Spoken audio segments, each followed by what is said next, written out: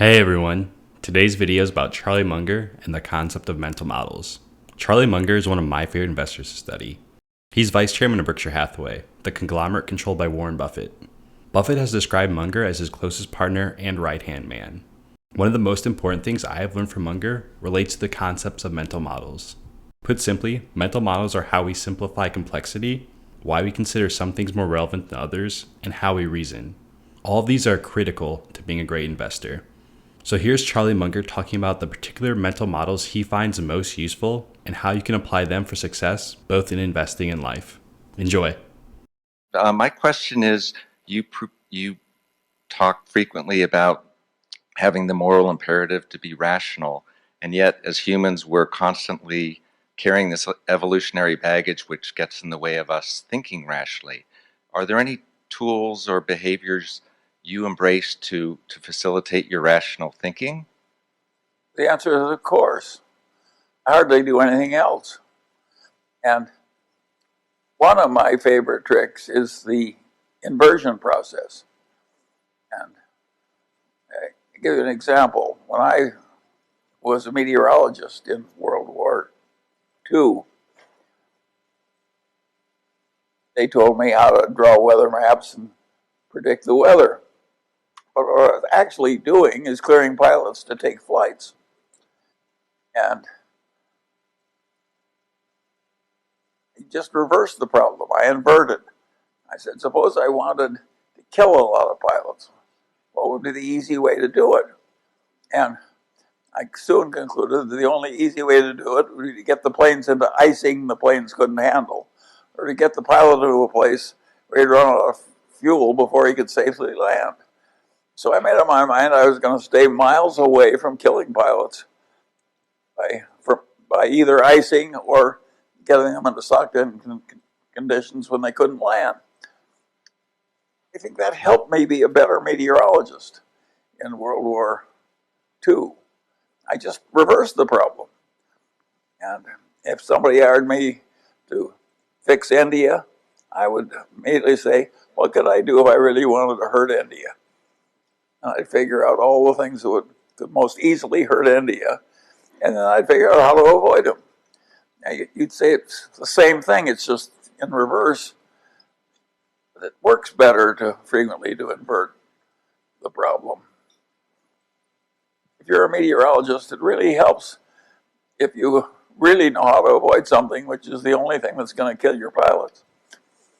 And if you can help India best if you understand what will really hurt India the easiest and worst. Algebra works the same way.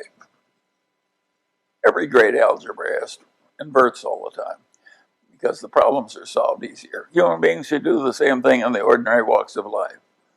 Just constantly invert. You don't think of what you want, you think what you want to avoid. Or when you're thinking what you want to avoid, you also think about what you want. And you just go back and forth all the time. Peter Kaufman, who's here today, he likes the idea that you want to know how the world looks from the top looking down, and you want to know what it looks like from the bottom looking up. If you don't have both points of view, your reality recognition is lousy. Peter's right. And inversion is the same thing. Just such a simple trick to think, how does this look from the people above me? How does it look from the people beneath me?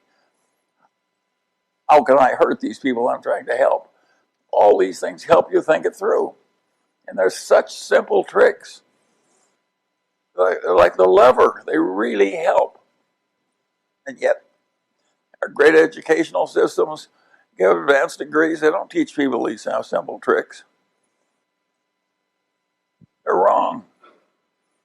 They're just plain wrong. How much of your success can be attributed to Occam's razor and Kelly's formula? Well, Occam's razor is, of course, a good idea. It's a basic idea. Occam's razor is like telling a fisherman to fish where the fish are. Of course, you'll do better than fishing where the fish are. You know,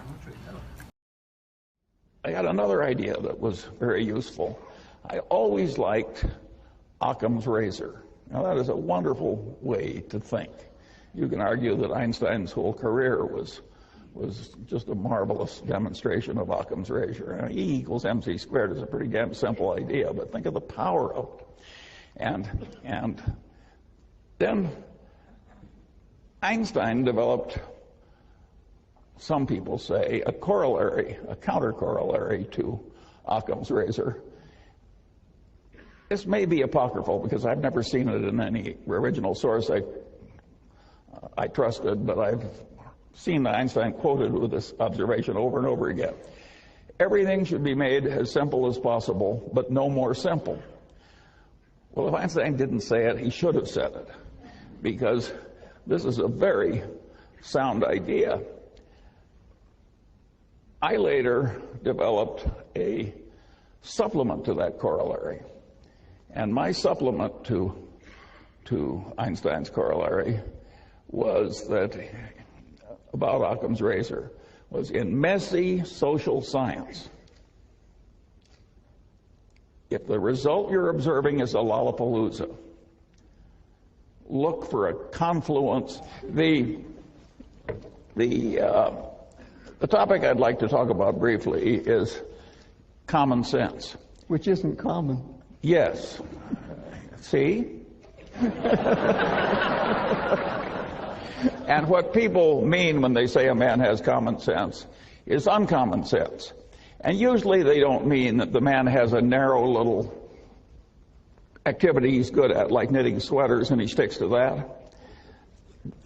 What they mean is a man that can operate over a pretty broad range of human territory without making any big boners.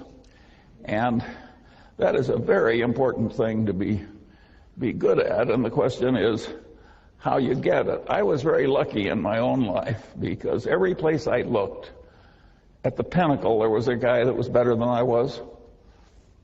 And one of my father's best friends was a great surgeon with a vast mechanical ability. And I knew what this man did with his mechanical abilities in inventing all these spreaders and things he used to do his operation, but I would never be as good as he was. And everywhere I looked, there was somebody like that.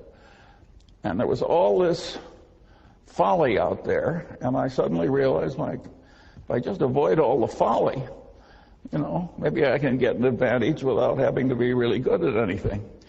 And I kept doing that all my life, and it worked so well that I enjoy sharing it with people like you.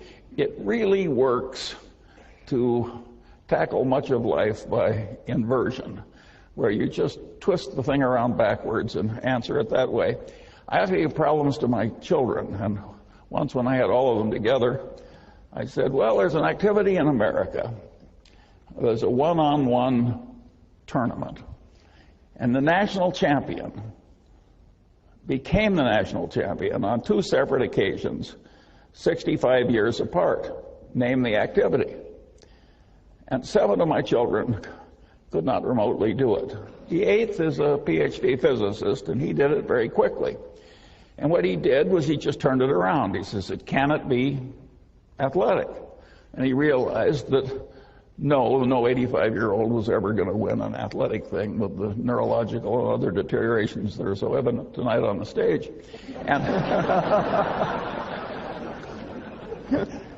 And so I said, well, could it be chess? He's a chess player. And he realized that no 85-year-old was ever going to be the U.S.